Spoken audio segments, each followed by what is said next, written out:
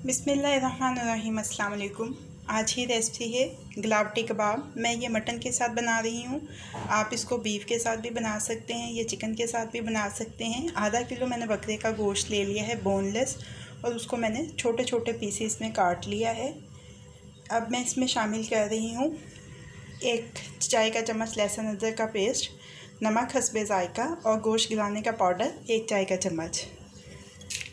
आप इसमें कच्चा पपीता भी शामिल कर सकते हैं या गोश्त गिलाने का पाउडर, जो भी आपके पास अवेलेबल हो वो आप इसमें शामिल कर लें।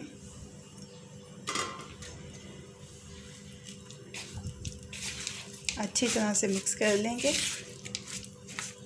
और मिक्स करने के बाद इसको ढक के मैं 2 घंटे के लिए फ्रिज में रख दूँगी।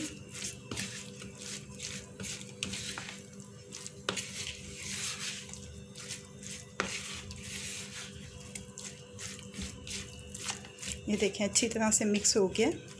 अब इसको ढक के 2 घंटे के लिए फ्रिज में रख रही हूँ मैं। अब बाकी के मसाले देख लीजिए जो इसमें डलेंगे। तली हुई प्याज है 2 खाने के चम्मच, भुने हुए चनों का आटा है 2 खाने के चम्मच, 6 बादाम थे जिनको मैंने रात भिगो के रखा था। अब उनको छील के मैंने थोड़ा बारीक काट लिया ताकि आसानी से पिस जाएँ। 1 खाने का चम्मच कुटी हुई लाल मिर्च का पाउडर है। इसके अलावा इसमें जाएगा गरम मसाला 1 चाय का चम्मच, और जायफल और जवित्री का पाउडर 1/4 चाय का चम्मच। ये काफ़ी स्ट्रॉन्ग होता है तो ये थोड़ा ही डालेंगे।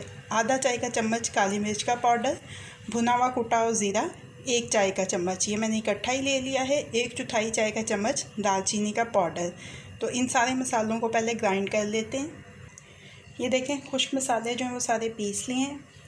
अब इसमें शामिल करना है 1 खाने का चम्मच फ्रेश क्रीम का,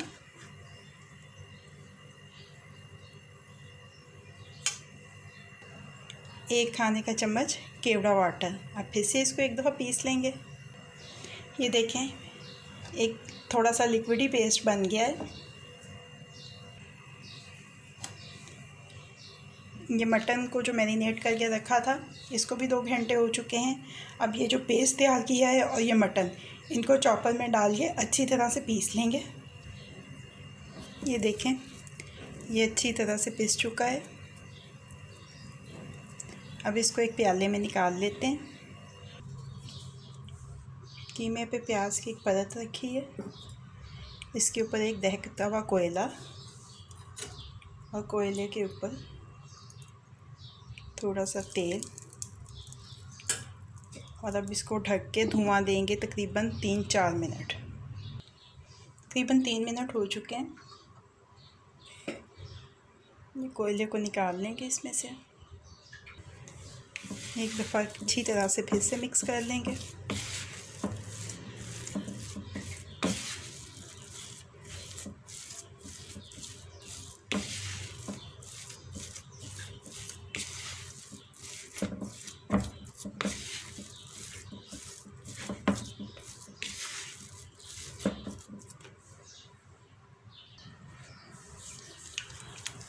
ये देखिए तेल लगाया है मैंने हाथों के ऊपर।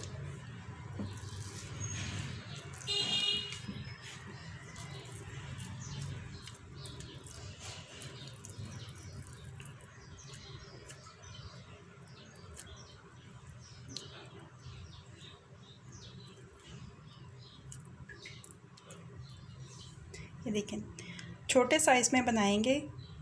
आप चाहें तो बड़े साइज़ में भी बना सकते हैं, लेकिन आमतौर पे ये गलावटी कबाब हैं वो ये इतने छोटे साइज़ में बनते हैं। तो ऐसे ही हम सारे अमेज़े के कबाब बना लेंगे। धीमी से दरमियानी आंच के ऊपर फ्राइंग पैन रखा है, इसमें शामिल करेंगे तेल। 2 से 3 खाने के चम्मच डाल लीजिए।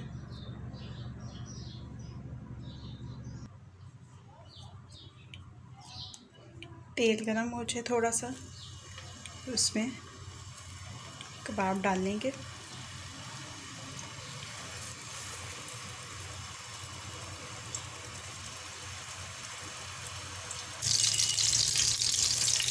तरफ से कबाब सही हो जाएं तो साइड तब्दील करेंगे।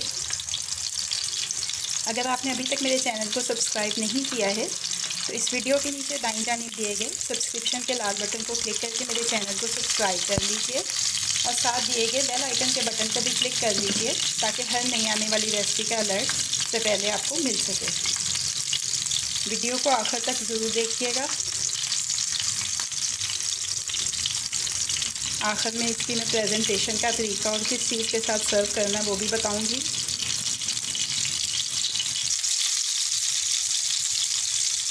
कबाब दोनों तरफ से फ्राई हो जाएं तो इनको किचन टॉवल पे निकाल लेंगे और ऐसे ही अपने सारे कबाब फ्राई कर लेंगे। प्याज के लच्छों, नींबू के कतलों और दही पुदीने की चटनी के साथ सर्व करेंगे इसको। ये रोटी के साथ या नान के साथ बहुत मज़ा देते हैं। गुलावटी कबाब को कबाबों का बादशाह भी कहा जाता है।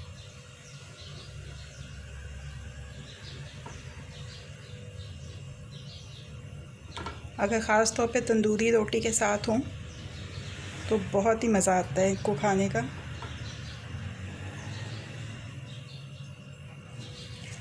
गुलावटी कबाब अब रेडी टू सर्व हैं। रेसिपी आपको कैसी लगी फीडबैक ज़रूर दीजिएगा। अगर आपको मेरी रेसिपी पसंद आई है तो इसको लाइक और शेयर भी कीजिएगा।